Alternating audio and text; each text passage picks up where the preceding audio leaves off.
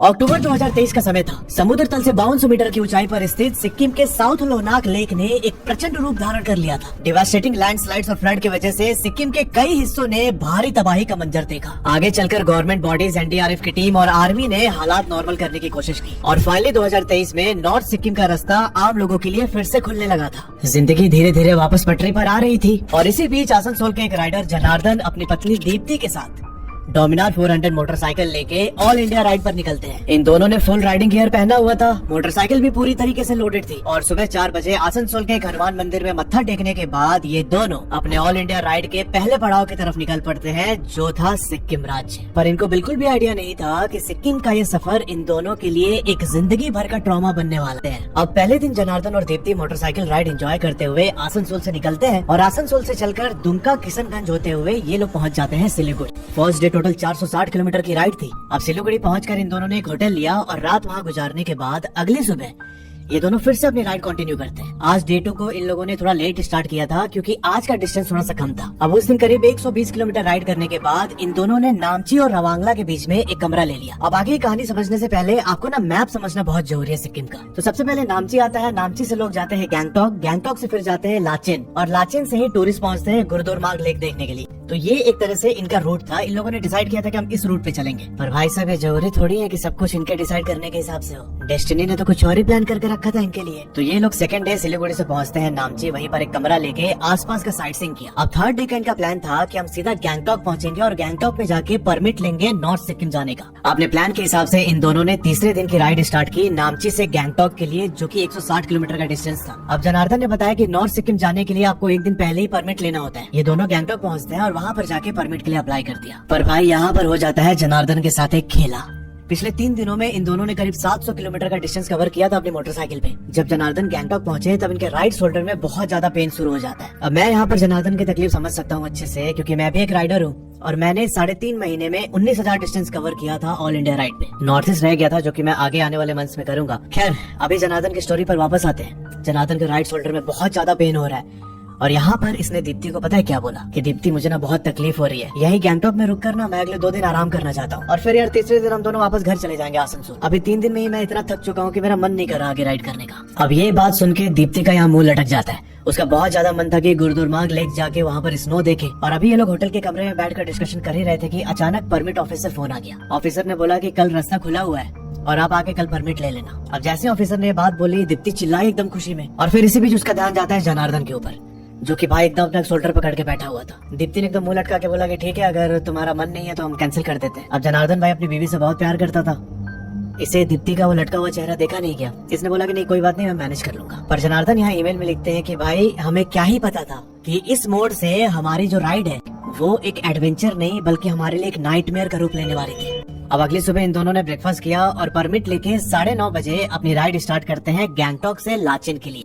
अब गैंगटॉक से लाचेन के बीच की दूरी 122 किलोमीटर है और गूगल मैप दिखा रहा था कि आप 4-4.5 घंटे में पहुंच जाएंगे। अब गैंगटॉक से 10-12 किलोमीटर राइड करने के बाद जनार्दन के शोल्डर का पेन बढ़ जाता है। इसने रुक के एक पेन किलर लिया और दीप्ति को बिना कुछ बोले चुपचाप राइड कर। अब देखो, लाचेन पड़ता है नॉर्थ सिक्किम में और गैंगटॉक से लाचेन के बीच में एक पॉइंट आता है जहाँ से माउंट कंचनजंगा का बहुत प्यारा व्यू दिखता है।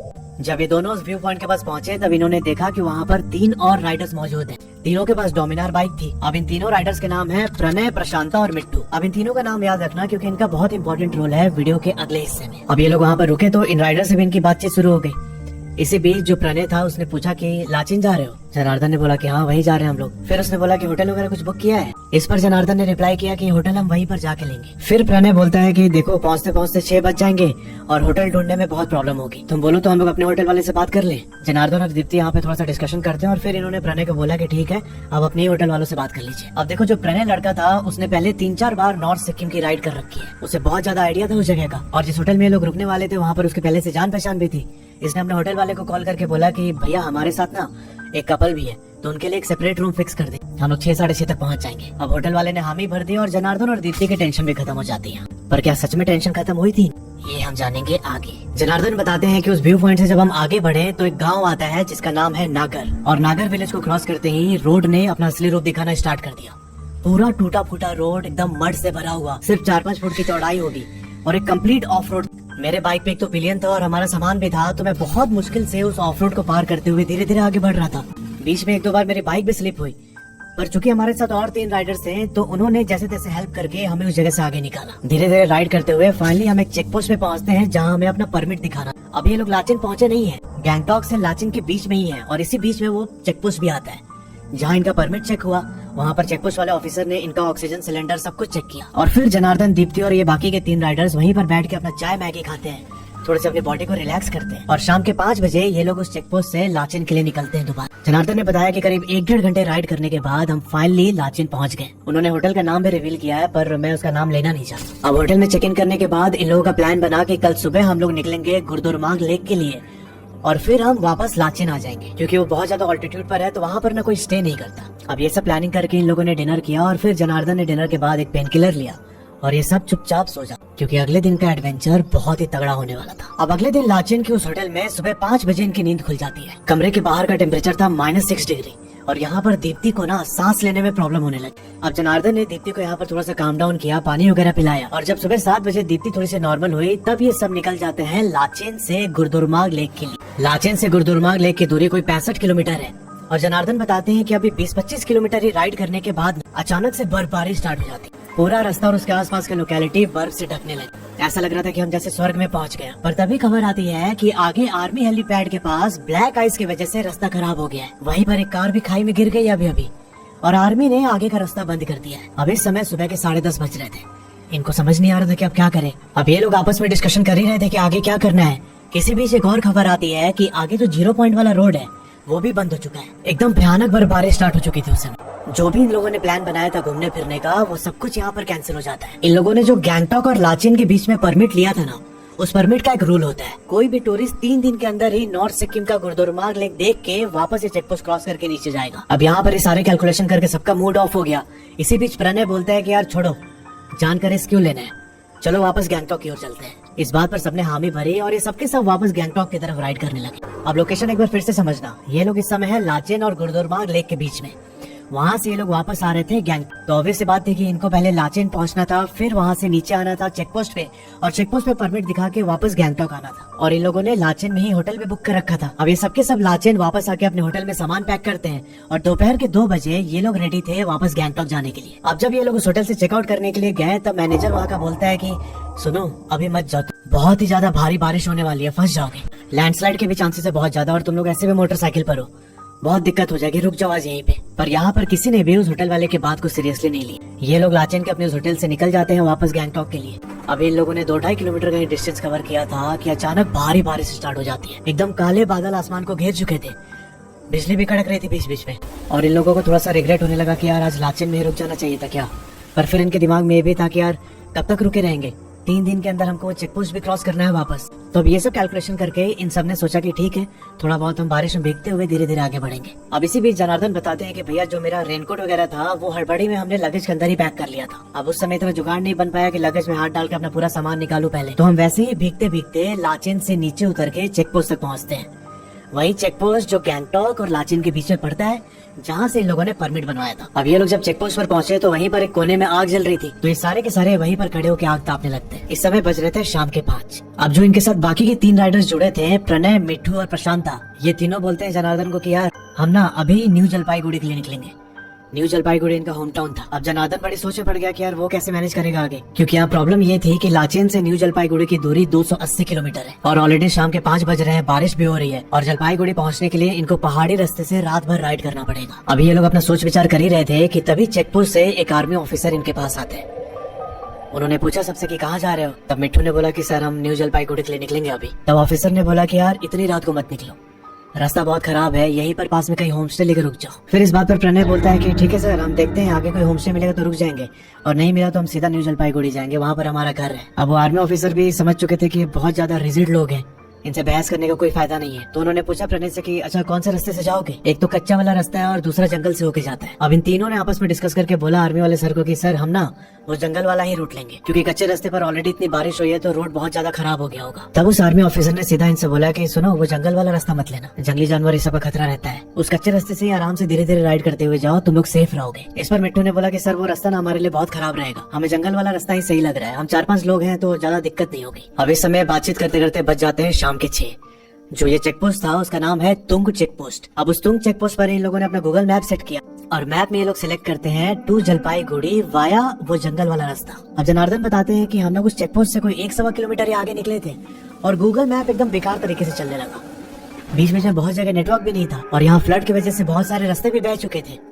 और इसी कंफ्यूजन ने वो जो ग्रुप था 3 बाइकर्स का, इन लोगों ने जंगल के अंदर एक गलत ट्रेल पकड़ लिया था। किसी को भी अंदाजा नहीं था कि ये रास्ता असल में जाएगा कहाँ पे। ये लोग बस अपना जजमेंट यूज करके ऐसा एज्यूम कर रहे थे कि ये रास्ता इनको जलपाईगुड़ी वाले रोड से कनेक्ट कर देगा। अब उस ट्रेल पर कोई 2 घंटे राइड करने के बाद रात को 8:30 बजे तक ये लोग बहुत ज्यादा थक गए थे। पूरा एक तरह से ऑफ रोड ही था जंगल के बीच में। उसी रास्ते पर चलते चलते जनार्दन ने अपनी मोटरसाइकिल साइड में रोक ली। जब ये रुका तो बाकी के राइडर्स भी इसे देख के आए इसके पास कि भाई क्यों रोका अपनी मोटरसाइकिल। तब जनार्दन ने बोला कि भाई वहाँ पर देखना अंदर एक घर जैसा दिख रहा है, कोई लोकल उधर रहता होगा, चलना हम उसको कुछ पैसे दे देंगे, आज रात हम यहीं पे रुक जाते हैं। जनार्दन के कंधे में दर्द तेज हो चुका था, इसको बहुत ज्यादा मुश्किल हो रही थी राइड करने में। अब इसी बीच जो प्रशांता लड़का था वो एकदम चिढ़ गया। वो बोलता है कि यार मैं नहीं रुक रहा यहाँ पे, मैं सीधा न्यू जलपाईगुड़ी जाऊंगा, जिसको चलना है मेरे साथ वो चल। और ऐसा बोल के ना वो अपनी मोटरसाइकिल स्टार्ट करता है और अकेले ही निकल जाता है जंगल वाले ट्रेल पर आगे। इसके बाकी दोनों दोस्तों ने रोकने की कोशिश की पर उसने सुना ही नहीं। अब जो उसके 2 दोस्त थे वो भी थोड़े कंफ्यूज हो गए कि यार हम जनार्दन को ऐसा अकेले छोड़े या फिर अपने दोस्त के साथ जाएं। पर जनार्दन यहाँ पर उनको जैसे तैसे कन्विंस कर लेता है कि यार आज रात को यहीं पर रुकते हैं। प्रशांता आगे गया, अगर उसको कुछ उधर समझ में नहीं आएगा तो ये वापस आ सकता है हमारे पास, यही रुकते हैं यार। अब इसने कन्विंस कर लिया उन दोनों को भी। उन दोनों ने जनार्दन को बोला कि ठीक है भाई हम रुक जाएंगे तेरे साथ, पर तू ही जाके बात करके आ रूम के लिए, हम नहीं जा रहे। जनार्दन बोलता है कि ठीक है तुम लोग यहीं पर वेट करो, मैं जाके बात करके आता हूँ। अब जनार्दन रोड पर अपनी मोटरसाइकिल खड़ी करके उस घर की तरफ जाते हैं। अब रोड और उस घर की दूरी कोई 50 मीटर की होगी। अब जो ये घर था एक बहुत ही पुराने स्टाइल में बना हुआ है और जब जनार्दन उस घर के मेन गेट की तरफ जा रहे थे तब इन्होंने साइड से देखा कि घर के पीछे वाले हिस्से में एक ओपन एरिया है और उस ओपन एरिया के बाजू में एक खिड़की है जो कि खुली हुई थी। जनार्दन पहले मेन डोर पर पहुंचते हैं। मेन डोर पर पहुंच के इन्होंने नॉक किया। नॉक करके 10-15 सेकंड तक वेट करते हैं पर अंदर से कोई भी रिस्पॉन्स नहीं आया। उसके बाद जनार्दन ने आवाज लगाई कि कोई है क्या अंदर, हम लोग बहुत थक चुके हैं, बस आज रात को रुकने के लिए कमरा चाहिए। ये बोलने के बाद 5-7 सेकंड और वेट किया जनार्दन ने पर कोई भी रिस्पॉन्स नहीं आया। फिर इनको लगता है कि शायद अंदर कोई भी नहीं है और ऐसा सोच के जनार्दन पीछे मुड़ते हैं अपनी बाइक की तरफ जाने के लिए। और जैसे वो पीछे मुड़े घर के अंदर से ना किसी के झाड़ू लगाने की आवाज आने लगी। अब भाई इन्हें लगा कि शायद अंदर कोई है जो इस समय झाड़ू लगा रहा है। जनार्दन फिर से वापस मुड़ के उस गेट की ओर जाने लगते हैं। अब ये बताते हैं कि जब मैं गेट के बिल्कुल करीब पहुंचा तब अंदर से झाड़ू की आवाज बंद हो चुकी और इस समय जनार्दन को एकदम साफ साफ सुनाई दे रहा था कि कोई घर के अंदर से चल के गेट तक आया है और वहीं पर गेट के पीछे आके खड़ा हो गया है। इस समय जनार्दन बाहर है, बीच में गेट और गेट के जस्ट पीछे वो इंसान खड़ा था। थोड़ी देर में जनार्दन को चूड़ी के बजने की आवाज सुनाई देती है और इससे ये कंफर्म हो गया कि गेट के पीछे कोई औरत ही खड़ी है। ये आवाज देता है कि आंटी कमरा मिलेगा क्या, आज रात के लिए बस रुकने के लिए चाहिए। पर उधर से कोई भी रिवर्ट नहीं आया। अब जनार्दन के साथ जो बाकी 2 लड़के और उनकी बीवी थी वो बोल रही है कि आजा यार छोड़ हम लोग आगे चल के देख लेते हैं। पर जनार्दन के कंधे में दर्द बहुत ज्यादा था भाई, उस पेन को सिर्फ यही फील कर पा रहा था। जब अंदर से कोई रिस्पांस नहीं आया तब जनार्दन को याद आता है कि घर के पीछे एक खुला एरिया है बैठने का, जैसा मैंने आपको पहले बताया था, और उसके जस्ट पास एक खिड़की थी जो खुली हुई थी। तो क्यों ना मैं खिड़की से जाके देखूं कि कौन है अंदर, उससे मैं रिक्वेस्ट करता हूँ, क्या पता मान जाए। जनार्दन चुपचाप घूम के घर के पीछे वाले हिस्से में चला जाता है और भाई जैसे ही वहाँ पर पहुँचा ये देखता है कि भाई एक बूढ़ी औरत होगी 60-65 साल की, वो वहाँ फ्लोर पे झाड़ू लगा रही। पर जनार्दन बताते हैं कि झाड़ू तो वो लगा रही थी पर झाड़ू की आवाज नहीं आ रही थी कुछ भी। मैं बहुत थका हुआ था, मैंने कुछ भी और नहीं सोचा। मैंने उसे आवाज लगाई कि आंटी यहाँ पर कमरा मिल जाएगा क्या, हम बहुत थक गए। जनार्दन बताते हैं कि ये सुन के आंटी जनार्दन की ओर मुड़ती है और भाई जनार्दन ने देखा कि जो उसका फेस है ना वो एकदम व्हाइट, ऐसा लग रहा था कि अंदर ब्लड है ही, सफेद एकदम। आंटी जनार्दन की ओर देखते हुए ऐसे उंगली से इशारा करती है खिड़की की तरफ। जनार्दन को लगा कि आंटी खिड़की की ओर इशारा कर रही है, शायद उधर से कोई गेट भी होगा अंदर जाने का। और भाई जनार्दन अपने कदम आगे बढ़ाता है और इससे पहले कि वो खिड़की तक पहुंच पाता जनार्दन देखता है कि वो जो आंटी थी वो मुड़ती है खिड़की की तरफ और हवा में फ्लोट करते हुए खिड़की के आर पार हो गई। भाई साहब ये सीन देख के जनार्दन चिल्लाता है एकदम जोर से। अब जनार्दन की चीख सुन के दीप्ति इसके पास आती है भाग के।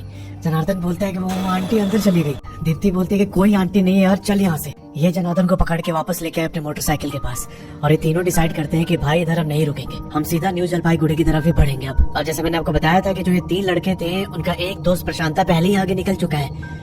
तो इन दोनों ने डिसाइड किया कि काम करो जनार्दन तुम ना अपनी बाइक लेके बीच में रहो, सबसे आगे रहेगा प्रणय और पीछे मिट्टू। हम तीनों इसी फॉर्मेशन में चलेंगे, कोई अलग थलग नहीं होगा पूरे रास्ते में। ये लोग धीरे धीरे फॉर्मेशन बना के उस रास्ते पर चलने लगते हैं और थोड़े ही टाइम में जनार्दन बताते हैं कि हमारे सामने से ना अचानक एक ब्लैक शैडो क्रॉस हुआ।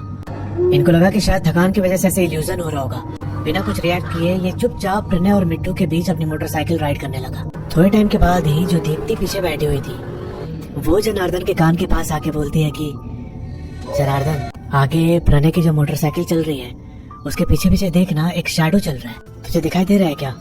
वो किसी आदमी की परछाई है।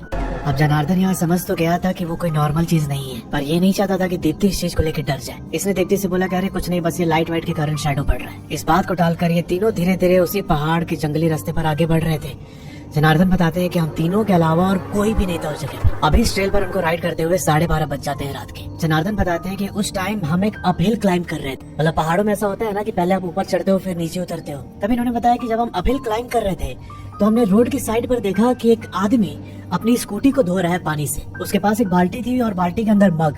वो बार बार मग उठा के अपनी स्कूटी पर पानी मार रहा था। हम तीनों ने उस आदमी को देखा और देख के इग्नोर कर दिया। हमें लगा कि शायद कोई लोकल होगा, पर इतनी देर से हम उस ट्रेल पर राइड कर रहे थे, ना ही हमें कोई एक घर दिखा ना ही कोई इंसान। पर हमने ज्यादा दिमाग लगाया नहीं, हम ऐसे ही थके हुए थे बहुत ज्यादा। पर यहाँ होता ये है कि जब हम वो अपहिल क्रॉस करके नीचे उतर रहे थे तब हमने फिर से नीचे उसी आदमी को देखा कि वो रोड के साइड पर अपनी स्कूटी खड़ी करके उसे धो रहा है। ये तीनों उस आदमी से कोई 60 मीटर की दूरी पर अपनी बाइक रोक देते। प्रणय ने इन दोनों को इशारा किया कि मेरे पास लेकर आओ अपनी बाइक। जनार्दन और मिट्टू दोनों प्रणय के पास पहुँचते हैं। इस समय रात के 1:30 बज रहे थे। प्रणय बोलता है कि भाई कुछ समझ नहीं आ रहा, अभी मैप मेरा कनेक्ट हुआ था पर अभी फिर से बंद हो गया। अभी एक फ्लावर वैली नाम से जगह है, उसके बाद से मुझे कुछ आगे दिख ही नहीं रहा है। यहाँ पर मैप भी खत्म हो गया और आगे तिस्टा नदी बहती है और इस समय इतनी रात हो गई है कि जंगल में रुकना भी सही नहीं होगा। तब मिट्टू पीछे से बोलता है कि भाई कोई भी ऑप्शन नहीं है, ना ही हमें किसी रास्ते के बारे में पता है। ये जो रास्ता सामने दिखाई दे रहा है इसी पर चलते हैं हम आगे। मिट्टू की बात मानकर ये तीनों उसी रास्ते पर आगे चले। जनार्दन बताते हैं कि अब इस टाइम पर जो आदमी अपनी स्कूटी धो रहा था उसके थोड़ा सा आगे जाके ही एक वाटरफॉल था रोड की साइड पे। हमने पहले उस आदमी को पास किया और फिर बिना कुछ रिएक्ट किए वो वाटरफॉल को देखते हुए आगे उस रास्ते पर बढ़ रहे थे। पर यहाँ प्रॉब्लम तब शुरू हो जाती है जब 1 घंटे के बाद इन सबको फिर से वही वाटरफॉल दिखाई देता है रोड की साइड वाला। इनको समझ में आया कि ये 1 घंटे से उसी रास्ते पर घूमे जा रहे थे। यहाँ पर ये तीनों बाइकर्स एक छलावा का शिकार हो चुके थे। जनार्दन ने बोला कि जब हमने तीसरी बार उस वाटरफॉल को क्रॉस किया ना तब हम सब एक जगह बाइक रोक देते। हमने रोक के डिस्कस किया कि यार ये वाटरफॉल तो अभी आया है 2 बार पीछे। और इसी बात पर प्रणय जनार्दन को अपने पास खींचता है और बोलता है कि भाई वो सामने देखते ऊपर पहाड़ पे। अब उसने इतनी धीरे से ये बात बोली थी कि पीछे मिट्टू और दीप्ति कोई बात सुनाई नहीं थी। जनार्दन बिना कुछ रिएक्ट किए धीरे से पहाड़ की तरफ देखता है और भाई इसने पाया कि सामने चोटी पर एक कोने में एक आदमी बैठा है व्हाइट शॉल ओढ़ के। उसका चेहरा एकदम काला था और वो वहीं एकदम सीधे बैठ के एक टक वैली की तरफ देख रहा है। इससे पहले कि लोग कुछ भी रिएक्ट करते हैं जनार्दन बताते हैं कि अचानक से उस जगह का टेम्परेचर एकदम ड्रॉप हो गया। हम सबको बहुत ज्यादा ठंड लगने लगी। मैंने प्रणय को धीरे से बोला कि भाई इसके बारे में प्लीज दीप्ति को मत बोलना। प्रणय ने ऐसे इशारा किया कि ठीक है मैं नहीं बोलूंगा। और फिर उसने सबको बोला कि यार चलो बाइक पर बैठो, यहाँ से निकलते हैं तुरंत। इस समय 2:45 हो चुके थे। अब उस पॉइंट पर जब ये लोग बाइक के ऊपर बैठने जा रहे थे तब जनार्दन ने दीप्ति को बोला कि सुन, बैग के अंदर एक स्पीकर निकाल और उस पर हनुमान चालीसा बजा दे। उस घने जंगल में फुल वॉल्यूम पे दीप्ति ने हनुमान चालीसा बजाया स्पीकर के अंदर और ये लोग अपनी मोटरसाइकिल का थ्रॉटल एकदम रेस करते हुए उस रास्ते पर आगे बढ़ रहे थे। इन सबको यही लग रहा था कि थोड़ी देर के बाद हम फिर से उसी स्पॉट पर पहुंच जाएंगे जहां हमने वाटरफॉल देखा था। पर जब यहाँ पर हनुमान चालीसा आधा कंप्लीट हुआ तब जनार्दन बताते हैं कि हमें दूर रास्ते में एक रोशनी दिखाई दी। पता चल रहा था कि शायद वहाँ पर कोई दूसरा रास्ता है जहाँ से वो लाइट आ रही। वो लाइट देखते ही सबने मोटरसाइकिल का थ्रॉटल एकदम तेज कर दिया। ये लोग दंदनाते हुए उस लाइट की तरफ बढ़ने लगे और जब ये लोग वहाँ पहुंचे तो पता चला कि ये एक चेक पोस्ट है जिसका नाम है सिंगतम चेक पोस्ट। अब इन लोगों ने उस चेक पोस्ट पर परमिट के लास्ट पेपर सबमिट किए और वहाँ से सीधा निकलते हैं ये लोग न्यू जलपाईगुड़ी की तरफ। इन लोगों को एक लास्ट जंगल का स्ट्रेच पार करना था जिसका नाम है सेवक रोड। ये पूरा 34 किलोमीटर का स्ट्रेच था और वो सेवक रोड वाला जंगल स्टार्ट होने से पहले रोड के साइड में काली माता का मंदिर है। वही मंदिर पर प्रणय ने अपनी मोटरसाइकिल रोकी और इन सबको बोला कि कुछ भी हो जाए तुम लोग इस सेवक रोड पर अपनी मोटरसाइकिल नहीं रोकोगे। हम लोग को जल्द से जल्द ये जंगल क्रॉस करना होगा। अब प्रणय की ये बात सुनकर दीप्ति बोलती है कि क्यों, क्या हो गया? तब जनार्दन ने बोला कि नहीं, इस रोड में जंगली जानवर मिल जाते हैं, इसके लिए प्रणय बोल रहे हैं। अब 3:15 बजे ये लोग जैसे ही सेवक रोड में एंटर होते हैं भाई आसपास का पूरा माहौल ही बदल गया। एकदम तेज हवा और तूफान चलने लगता है। दिसंबर के टाइम ये मौसम बहुत ही वियर्ड था सबके लिए। प्रणय यहाँ पर एक बार ऊपर देखता है और इसने अपनी मोटरसाइकिल की रेस दे दी। जनार्दन बताते हैं कि प्रणय यहाँ 100, 120, 130 पे अपनी मोटरसाइकिल भगा रहा था। अब ये देख के जनार्दन और मिट्टू भी अपनी मोटरसाइकिल भगाने लगे और इसी बीच जनार्दन को रोड की साइड पर एक आदमी दिखाई देता है। भाई वो आदमी का पूरा मुंह सूखा हुआ था, आंखें दिख नहीं रही थी और गले से लेके कमर तक रस्सी लिपटी हुई थी उसके बदन में। अब भाई जनार्दन थोड़ा सा और आगे गया तो ये देखता है कि उस आदमी की गर्दन लेफ्ट हैंड साइड की तरफ झूल रही। अब ये नजारा देख के जनार्दन ने दीप्ति को बोला कि सुन, आगे वो आदमी है, उसकी ओर देखना मत। अभी ये चीज जनार्दन दीप्ति को समझा ही रहा था कि वो आदमी इनके करीब आता गया और भाई दीप्ति यहाँ पर उसे देख लेती है। उसे देखते ही दीप्ति जोर से चिल्लाए और इसने जनार्दन का शोल्डर पकड़ लिया और अपना पूरा मुंह इसकी पीठ में छुपा देती है। जनार्दन यहाँ पर हिम्मत दिखाते हुए कुछ भी रिएक्ट नहीं करता है। इसने मोटरसाइकिल की थ्रॉटल और तेज कर दी और फाइनली कुछ देर राइड करने के बाद ये सबके सब सेवक रोड को क्रॉस कर जाते हैं। पर अभी सुनना आगे क्या होता है। सेवक रोड क्रॉस करके इन सबने बहुत रिलीफ की सांस ली और सबने अपनी गाड़ी सिलीगुड़ी आर्मी बेस कैंप के सामने खड़ी कर दी। अब वहाँ सिलीगुड़ी से न्यू जलपाईगुड़ी का डिस्टेंस सिर्फ 10 किलोमीटर है। अब मिट्टू यहाँ पर अपने घर चला गया न्यू जलपाईगुड़ी में और जो प्रणय था उसने जनार्दन और दीप्ति को उनके होटल में इन दोनों ने डिसाइड किया था कि हम बहुत ज्यादा थक गए हैं तो आज रात को हम सिलीगुड़ी के अंदर ही एक होटल में रुकेंगे। होटल पहुंचने के बाद प्रणय इनको सी ऑफ करके अपने घर चला जाता है। अब जनार्दन और दीप्ति ने सोचा था कि यार अगली सुबह हम आराम से उठेंगे, हम बहुत ज्यादा थक चुके हैं, हमारी नींद पूरी करके ही हम आगे की राइड कंटिन्यू करेंगे। रात को ये दोनों चुपचाप सो रहे थे और इसी बीच दीप्ति की नींद खुलती है और उसने जनार्दन की तरफ देख के जोर से चिल्लाया, ये कौन हो तुम? जनार्दन उठता है एकदम ऐसे झटके में। दीप्ति लगातार चिल्लाई जा रही थी, कौन हो तुम, यहाँ क्या कर रहे हो? जनार्दन उसको बोलते है कि मैं हूँ जनार्दन, क्या हो गया? तब यहाँ दीप्ति बोलती है कि वो सेवक रोड वाला आदमी तेरे पास खड़ा है। ओ भाई साहब, ये बात सुनते ही जनार्दन के एकदम रोंगटे खड़े हो गए। ये भाग के अपने बैग के पास जाता है जिसके अंदर इसने भागवत गीता रखी थी। वो भागवत गीता उठा के ये अपने हाथ में रखता है और दीप्ति को बोलता है कि मेरा हाथ पकड़ के ही रहे। रात भर ये लोग ऐसे ही सोते हैं और सुबह जब नींद खुली तब ये लोग सबसे पहले नहा धो के वहाँ पास में हनुमान मंदिर था वहाँ पर गए, वहाँ दर्शन किया और फिर अपना सामान लोड करके ये लोग निकल जाते हैं आसनसोल के लिए। अब समझते हैं कि एग्जैक्टली क्या हुआ था उस रास्ते में। जनार्दन बताते हैं कि जो रास्ता हमने लिया था ना न्यू जलपाईगुड़ी आने के लिए, उस रास्ते के बीच में एक गांव पड़ता है। जब सिक्किम में फ्लड आया था तो उस रास्ते पर जो गांव थे वो पूरे गांव बह गए और उसी फ्लड में बहुत सारे लोग भी मर गए थे। उन्हीं की स्पिरिट उस रूट को हॉन्ट करती है। तो यार ये थी पूरी कहानी जनार्दन के सिक्किम रोड ट्रिप की। अगर आपके जानने में ऐसा कोई इंसिडेंट हुआ है तो नीचे जो ईमेल आईडी आ रहा है उस पर अपनी कहानी मुझे भेज सकते हैं।